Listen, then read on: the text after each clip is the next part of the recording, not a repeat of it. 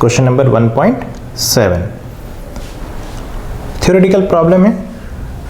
कहता है कि हमें ये बताना है an electrostatic field line is a continuous curve, that is a field line can not be sudden break, why not, ऐसा क्यों नहीं हो सकता है।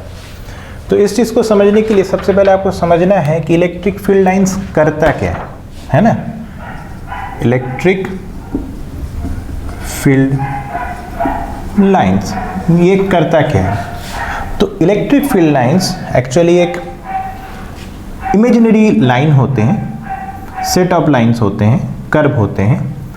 जैसे कि मान लीजिए एक इलेक्ट्रिक फील्ड लाइन है, ये हमने कह दिया।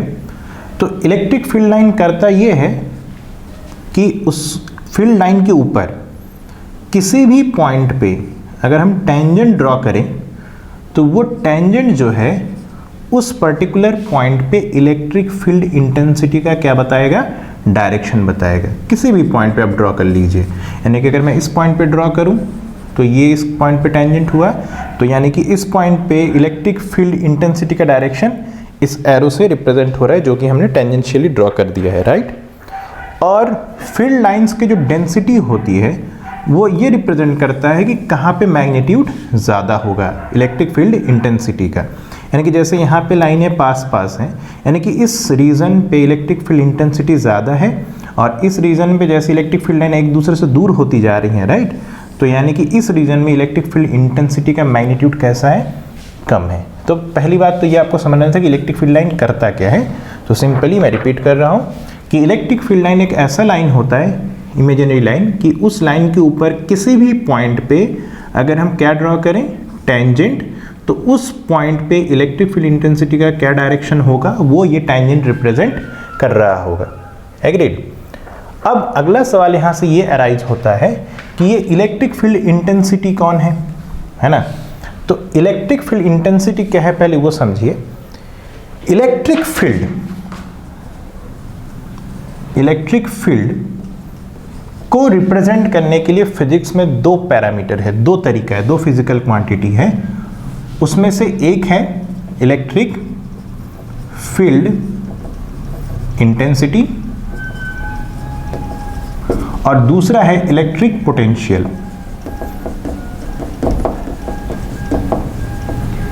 राइट।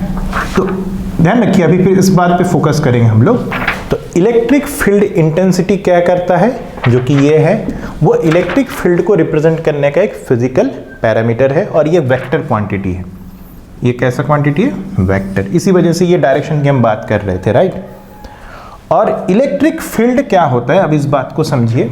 इलेक्ट्रिक फील्ड मतलब कोई भी अगर हमारे पास चार्ज या ग्रुप ऑफ चार्ज है, वहाँ उसके वजह से किसी गिवन पॉइंट पे किसी को अगर नया चार्ज को हम लेके आएंगे तो वो कितना फोर्स एक्सपीरियंस करेगा पर यूनिट चार्ज, वो क्या बताता है, इलेक्ट्रिक फील्ड इंटेंसिटी।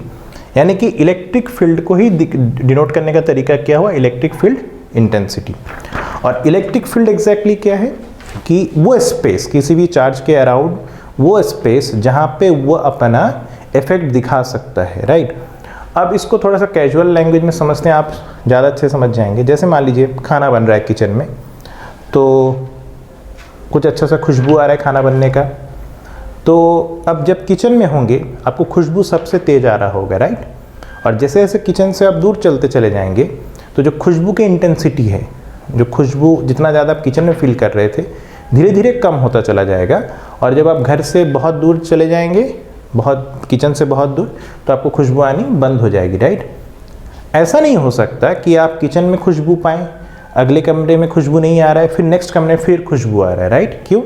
क्योंकि जो खुशबू का जो फील्ड है, जो दायरा है, वो कैसा है, जहाँ पे वो फूड कुक हो रहा है उसके आसपास सबसे ज़्यादा है। जैसे जैसे दूर जाएंगे उसका इफेक्ट क्या हो जाएगा, कम। ठीक उसी तरीके से कोई भी अगर हमारे पास चार्ज है, क्यू चार्ज लेट से, तो इसका जो डोमिनेंसी है, जो इम्पैक्ट है, जो इफेक्ट है, वो इसके नज़दीक में सबसे ज़्यादा होगा। और जैसे जैसे हम इससे दूर चलते चले जाएंगे इसका डोमिनेंसी कम होगा। और जब इनफाइनाइट डिस्टेंस यानी काफ़ी ज़्यादा डिस्टेंस में हम पहुंच जाएंगे तो इसकी इफेक्ट पूरी तरह से क्या हो जाएगी, ख़त्म। ऐसा नहीं हो सकता है कि इसका इफेक्ट हमको यहाँ पे दिखाई पड़े, फिर यहाँ पे कुछ देर के लिए नहीं दिखाई पड़े फिर दिखाई पड़े, ऐसा नहीं हो सकता है, राइट? क्योंकि इसके इम्पैक्ट लगातार हमको दिखाई देता रहेगा लेकिन कम होता रहेगा। एग्रीड? क्लियर? इसी वजह से जब इलेक्ट्रिक फील्ड अचानक से खत्म नहीं होगा, तो जब फील्ड खत्म नहीं होगा उसी चीज़ को रिप्रेजेंट करने का तरीका कौन है? इलेक्ट्रिक फील्ड इंटेंसिटी, मैथमेटिकल तरीका है। तो ये नहीं खत्म हो सकता क्योंकि ये इसी चीज़ को रिप्रेजेंट कर रहा है, राइट? और जब ये खत्म नहीं हो सकता तो इसी को समझाने का, इसी के मैग्नीट्यूड को या डायरेक्शन को एक्सप्लेन करने का हमारे पास क्या एक ऑल्टरनेट तरीका है? Electric field lines. तो इस वजह से ये भी सडन ब्रेक नहीं दिखा सकता क्योंकि electric field intensity sudden break situation में नहीं होगा। अगर आप मैथमेटिकली किसी पॉइंट चार्ज को लेके समझें तो आप जानते हैं पॉइंट चार्ज की वजह से इलेक्ट्रोस्टैटिक फोर्स कितना होता है? मैग्नीट्यूड वाइज मैं बात कर रहा हूँ, K Q1 Q/r², राइट? और इस Q1 चार्ज की वजह से इलेक्ट्रिक फील्ड इंटेंसिटी को कैसे डिफाइन किया जाता है? मैथमेटिकली आप जानते हैं F/Q, यानी कि क्या आएगा? K Q1/r²। अगर आप मैथमेटिकली भी इस पॉइंट चार्ज के लिए आप इस एक्सप्लेनेशन को देखेंगे तो आप पाएंगे कि KQ तो कांस्टेंट हो गया, अकेला बचा R, और r² E जो है वो क्या आ रहा है? Inversely proportional to r²। तो अगर ग्राफिकली भी देखोगे तो आपको कैसा नजर आएगा? E वर्सेस अगर हम R का ग्राफ देखें तो इस तरीके से आएगा, है ना? यानी कि R जितना कम होगा इलेक्ट्रिक फील्ड इंटेंसिटी उतना ही ज़्यादा, और जैसे जैसे R की वैल्यू इनफाइनाइट होगी तब जाके इलेक्ट्रिक फील्ड कब क्या होगा? 0। तो आप देख सकते हैं इलेक्ट्रिक फील्ड खत्म यानी कि ब्रेक कब होगा? एक पर्टिकुलर पॉइंट पे, कब? जब R बराबर क्या हो? इनफाइनाइट हो। उससे पहले इलेक्ट्रिक फील्ड खत्म नहीं होगा, इलेक्ट्रिक फील्ड इंटेंसिटी खत्म नहीं होगा। और इलेक्ट्रिक फील्ड इंटेंसिटी को ही रिप्रेजेंट, उसके डायरेक्शन या उसके मैग्नीट्यूड को रिप्रेजेंट करने के लिए हम किसका सहारा लेते हैं? इलेक्ट्रिक फील्ड लाइंस के, और इसी वजह से ये भी सडन ब्रेक नहीं हो सकता। क्लियर?